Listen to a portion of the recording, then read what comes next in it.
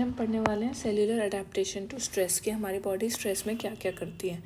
तो ये reversible changes करती है साइज़ में, नंबर में, फिनोटाइप मतलब बाहर के अपीयरेंस में, उसकी एक्टिविटी में और फंक्शन ऑफ सेल्स में। क्यों? क्योंकि उसका इन्वायरमेंट चेंज हो रहा है। ये अडेप्टेशन फिजियोलॉजिक हो सकते हैं या पैथोलॉजिक हो सकते हैं। फिजियोलॉजिक हार्मोन्स की वजह से या केमिकल मीडिएटर्स की वजह से या फिर मैकेनिकल स्ट्रेस के हमारा डिमांड बढ़ गया बॉडी का, जिसकी वजह से फिजियोलॉजिक चेंजेस हो रहे हैं। पैथोलॉजिक चेंजेस में पूरा स्ट्रक्चर, फंक्शन सब कुछ बदल देंगे। तो ये हमारे 4 तरह के होते हैं। हाइपरट्रोफी हो सकती है, हाइपरप्लेजिया हो सकता है, एट्रोफी हो सकती है या मेटाप्लेजिया हो सकता है। अब हम पढ़ रहे हैं हाइपरट्रोफी। और ये मैं जो बता रही हूँ ये मैं रॉबिन से बता रही हूँ। थोड़ा सम अप मैं हर्षमोन से भी कर दूंगी लास्ट में, लेकिन इम्पॉर्टेंट है कि रॉबिन से ही सब कुछ पढ़िए। एक टेबल जो है हर्षमोन की वो इम्पॉर्टेंट है, उसके अलावा बाकी रॉबिन से ही पढ़िए। और एग्जाम्पल्स जो हैं अगर पॉइंट वाइज लिखना है आंसर में तो वो हर्षमोन से करना है, वरना इससे ही करना है। तो ये रॉबिन्स का लेटेस्ट एडिशन है, 11th एडिशन, उससे बता रही हूँ मैं। तो hypertrophy refers to enlargement of cells that results in increase in size. मतलब हाइपरट्रॉफी जो है सिर्फ साइज का बढ़ाना है, जबकि हाइपरप्लेजिया जो है वो सेल नंबर का बढ़ाना है। तो ये बहुत बड़ा डिफरेंस है जो हमें याद रखना है कि साइज और नंबर बढ़ना। प्योर हाइपरट्रॉफी जो है वो कभी हमें देखने को नहीं मिलेगी। क्यों? क्योंकि सेल की बहुत लिमिटेड कैपेसिटी होती है, जो मतलब बहुत कन्फाइंड होती है, कुछ ही सेल टाइप्स में होती है, क्योंकि बहुत लिमिटेड कैपेसिटी होती है सेल की डिवाइड करने के लिए। अब हाइपरट्रॉफी जो है ये फिजियोलॉजिक हो सकती है और पैथोलॉजिक हो सकती है। फिजियोलॉजिक मतलब कब होगी? जब प्रेगनेंसी में। मतलब ये वाला जो एग्जाम्पल्स है फिजियोलॉजिक जो है ये एग्जाम्पल है, जो यूट्रस है प्रेगनेंसी में कैसा फिजियोलॉजिक हाइपरट्रॉफी दिखाता है। एट द सेम टाइम क्योंकि खाली खाली साइज इतना नहीं बढ़ सकता तो नंबर भी दिखाता है। तो ये दोनों चीज़ दिखा रहा है, हाइपरट्रॉफी और हाइपरप्लेजिया। ठीक है, तो आप दोनों में इसको लिख सकते हैं। जबकि स्केलेटल मसल जो हार्ट का है और जो हार्ट का है उसमें खाली हाइपरट्रॉफी देखने को मिलती है। लेकिन ये सेम चीज़ जो है हमारे पैथोलॉजिक हाइपरट्रॉफी हार्ट में दिखाई देगी। पैथोलॉजिक है तो पैथोलॉजी होनी चाहिए। तो हाइपरटेंशन में क्या होता है? इंट्राकार्डिक प्रेशर बढ़ जाता है और एओर्टिक वॉल्व का स्टेनोसिस हो जाता है, जिसमें ये बढ़ी हुई दिखाई देती है। अब ये सब हो क्यों रही है? मैकेनिकल ट्रिगर्स की वजह से, एड्रेनर्जिक हार्मोन्स की वजह से हो रही है। और इसमें कॉन्ट्रैक्टाइल प्रोटीन जो होते हैं अडल्ट टू फीटल बन जाते हैं। मतलब और हाइपरट्रोफी के वक्त में क्या होता है? अल्फा मायोसिन हैवी चेन जो है बीटा मायोसिन हैवी चेन में चेंज हो जाता है। अब हाइपरप्लेजिया के बारे में बताते हैं। हाइपरप्लेजिया क्या होता है? ये increase in number of cells हो जाता है। वहाँ पे हमने क्या बोला था? Increase in cell size. यहाँ पे increase in number of cells हो रहा है। अब हाइपरप्लेजिया जो होता है ये 2 तरह का हो सकता है। ये भी फिजियोलॉजिकल हाइपरप्लेजिया, पैथोलॉजिकल हाइपरप्लेजिया, लेकिन ये हमेशा हाइपरट्रॉफी के साथ साथ चलता है। उसके बाद हार्मोनल हाइपरप्लेजिया। ये जो फिजियोलॉजिक हाइपरप्लेजिया ये हार्मोनल हाइपरप्लेजिया हो सकता है या कंपनसेटरी। हार्मोनल मतलब कि जैसे फीमेल ब्रेस्ट जो है प्यूबर्टी और प्रेगनेंसी के टाइम पे बढ़ जाएगा। लेकिन कंपनसेटरी कब हो रहा है? जिससे कि किसी का लिवर रिसेक्ट करके निकाल दिया गया है, तो उसमें हिपैटोसाइट्स की माइटोटिक एक्टिविटी जो है वो 12 घंटे में रीगेन हो जाएगी और इसमें फिजियोलॉजिक हाइपरप्लेजिया हो जाएगा। हार्मोनल इम्बैलेंस की वजह से पैथोलॉजिक हाइपरप्लेजिया हो रहा है, किसमें? यूट्रस में।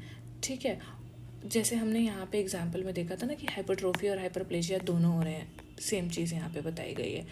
अब पिट्यूटरी हार्मोन्स और ओवेरियन एस्ट्रोजन की वजह से भी ये हो रहा है। एक चीज़ इंपॉर्टेंट है कि आप फाइनल ईयर में पढ़ेंगे, एंडोमेट्रियल हाइपरप्लेजिया जो है वो अब नॉर्मल मेंस्ट्रुअल ब्लीडिंग कराता है। तो उस केस में हमें हाइपरप्लेजिया का, ये पैथोलॉजिक हाइपरप्लेजिया का एग्जाम्पल हो गया। उसके बाद बेनाइन प्रोस्टेटिक हाइपरप्लेजिया भी इसका एक एग्जाम्पल हो गया। एक मैं अंडरलाइन इसको अलग कलर से कर लेती हूँ क्योंकि एक इम्पॉर्टेंट एग्जाम्पल है एंडोमेट्रियल हाइपरप्लेजिया। उसके बाद हाइपरप्लेजिया पढ़ रहे हैं हम। तो हाइपरप्लेजिया क्या है? अगर हाइपरप्लेजिया बढ़ता रहा तो लास्ट में एंडोमेट्रियल कार्सिनोमा मतलब कैंसर में बदल जाएगा। तो फिजियोलॉजिक होते होते पहले कोई चीज़ फिजियोलॉजिक होती है, फिर होते होते पैथोलॉजिक होती है, इतनी पैथोलॉजिक हो जाती है कि वो कैंसर में ही बदल जाती है। इसके बाद एट्रोफी मतलब कोई चीज़ श्रंकन हो जाना, मतलब कि छोटा हो जाना, मतलब reduced in the size of organ. ये साइज में भी कम हो सकता है, नंबर में भी कम हो सकता है।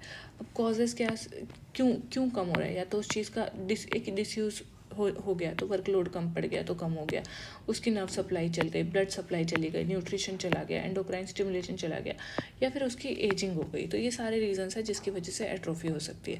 इसके भी दो तरह के हो सकते हैं, फिजियोलॉजिक भी हो सकता है, पैथोलॉजिक भी हो सकता है। फिजियोलॉजिक क्या है, इसमें हार्मोन स्टिमुलेशन चला गया, जैसे कि मेनोपॉज में यूट्रस जो है उसमें हार्मोन स्टिमुलेशन नहीं होता तो वो बहुत फिजियोलॉजिकली छोटा हो जाता है।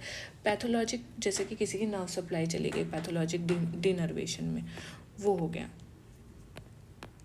और एट्रोफी होते होते क्या होगा, इस लास्ट में क्या हो जाएगा, अपोप्टोसिस, मतलब सेल डेथ हो जाएगी।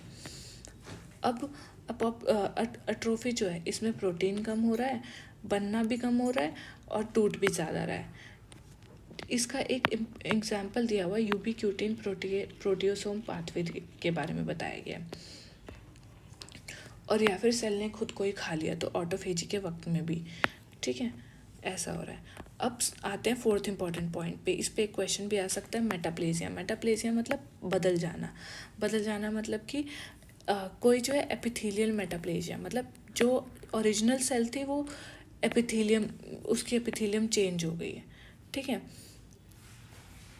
और ये होता क्यों है, स्टेम सेल रीप्रोग्रामिंग की वजह से होता है। फिर इसका ट्रांसडिफ्रेंशिएशन हो जाता है, जैसे कि रेस्पिरेटरी एपिथेलियम जो है वो हमें पता है सिलिएटेड कोलुमनार होती है, जो कि स्ट्रैटिफाइड स्क्वैमस एपिथेलियम में बदल जाती है। तो हम टाइप ऑफ मेटाप्लेजिया क्या बोलेंगे, एपिथेलियल मेटाप्लेजिया के साथ साथ हम इसको स्क्वैमस मेटाप्लेजिया बोलेंगे, जिसमें बदल रही है उसका नाम रखते हैं, ठीक है। क्यों हो रहा है, क्योंकि सिगरेट स्मोकिंग बार बार इरिटेट कर रही है रेस्पिरेटरी एपिथेलियम को, तो जो उसका काम है म्यूको सिक्रीशन, सीलियरी पार्ट का डैमेज, ये सब चल के इसका प्रोटेक्टिव मैकेनिज्म लॉस करके ये खुद को बचाने के लिए दूसरे चीज़ में ज़्यादा टफर पार्ट में चेंज हो गई है।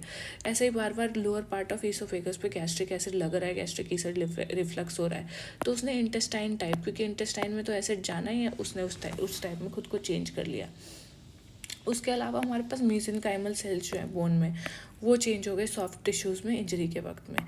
तो ये सब हमारे मेटाप्लेजिया के एग्जाम्पल हो गए। अब ये सेम अगर टॉपिक हम हर्षमोहन से देखें तो उसमें सम अप करके पॉइंट वाइज अच्छे से लिखा है। तो अगर आपको फाइनल ईयर के आंसर्स लिखने हैं तो एक बार एग्जाम्पल्स इसमें से देख लेना, समझने के लिए रॉबिन्स अच्छी है। तो फिजियोलॉजिक पैथोलॉजिक एट्रोफी के बारे में बताया इन्होंने, सेम चीज़ उसको ही पॉइंट वाइज में लिख दिया है।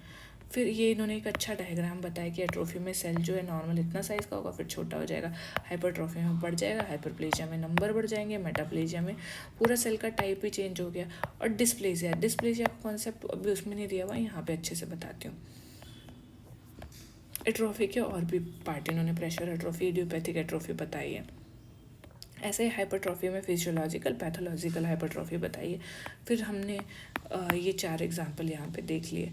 उसके बाद हाइपरप्लेजिया में सेम चीज़ कि फिजियोलॉजिकल हाइपरप्लेजिया, पैथोलॉजिकल हाइपरप्लेजिया के बारे में बताया। फिजियोलॉजिकल के साथ साथ इन्होंने उसके 2 एग्जाम्पल बताए, हार्मोनल कंपनसेटरी जो उसमें भी बताए थे। उसके बाद मेटाप्लेजिया, अब वहाँ पे हमने एपिथेलियल मेटाप्लेजिया पढ़ा था सिर्फ, यहाँ पे एपिथेलियल मेटाप्लेजिया बताया। फिर उसका स्क्वैमस और कॉलमनार 2 टाइप बताया। स्क्वैमस मेटाप्लेजिया के खूब सारे एग्जाम्पल्स दिए हैं, तो अगर आपको आंसर लिखना है तो उसके लिए ये बुक अच्छी है। फिर कॉलमनार मेटाप्लेजिया में इंटेस्टाइनल मेटाप्लेजिया के बारे में बता रखा है, बैरेट्स एसोफेगस उसका एग्जाम्पल हो गया, सर्विक्स के बारे में बता रखा है। उसके बाद दूसरा जो मीसेनकाइमल मेटाप्लेजिया, जो हम बोन की बात कर रहे थे, ऑशियस मेटाप्लेजिया या कार्टिलेजिनस मेटाप्लेजिया, वो बता रखा है। अब आते हैं डिस्प्लेजिया पे। ये बहुत इंपॉर्टेंट टॉपिक है। डिस्प्लेजिया मतलब डिसऑर्डर सेल डेवलपमेंट, मतलब सेल डेवलपमेंट अच्छे से हो नहीं रहा है। ये एटिपिकल हाइपरप्लेजिया भी बोलते हैं इसको, मतलब सेल जो थी वो बनते बनते जो है कैंसरस सेल एक तरह से डिस्प्लास्टिक हो गई, ठीक है। इसमें क्या क्या हो सकते हैं, जैसे कि नंबर ऑफ लेयर्स बढ़ सकती हैं, अरेंजमेंट अलग से हो सकता है, बेसल पोलैरिटी जा सकती है, न्यूक्लियर प्लियोमॉर्फिज्म हो सकता है, इंक्रीज न्यूक्लियर साइटोप्लाज्मिक रेशियो जिसको हम एनसी रेशियो बोलते हैं वो बढ़ सकता है, मतलब न्यूक्लियस और डार्क हो जाएगा, डिस्प्लास्टिक हो जाएगा। उसके बाद न्यूक्लियस हाइपरक्रोमैटिज्म हो जाएगा, माइटोटिक एक्टिविटी मतलब सेल का डिवाइड करना बढ़ जाएगा। इसके दो मोस्ट कॉमन एग्जाम्पल है डिस्प्लास्टिक चेंजेस हमारे सर्विक्स और यूट्रस में होने के।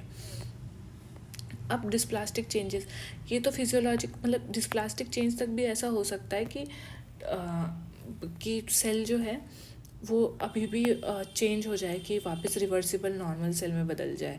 लेकिन अगर डिस्प्लेजिया से कार्सिनोमा में बदल गया, या एनाप्लेजिया को बोल देते हैं, एनाप्लेजिया और डिस्प्लेजिया का भी डिफरेंस पढ़ेंगे, तो डिस्प्लेजिया टू एनाप्लेजिया अगर चेंज हो गया तो वो पहले कार्सिनोमा इन सिटू में बदलेगा, फिर कार्सिनोमा में बदलेगा। तो कार्सिनोमा इन सिटू में क्या होता है, कैंसर जो है सुपरफिशियल और लेयर ऑफ बेसमेंट मेम्ब्रेन में कन्फाइंड होता है। यहाँ पे हमारा डिस्प्लेजिया और मेटाप्लेजिया का डिफरेंस दिया हुआ है, ये इंपॉर्टेंट है, आंसर लिखने में हेल्प करेगा, तो वो देख लेना एक बार।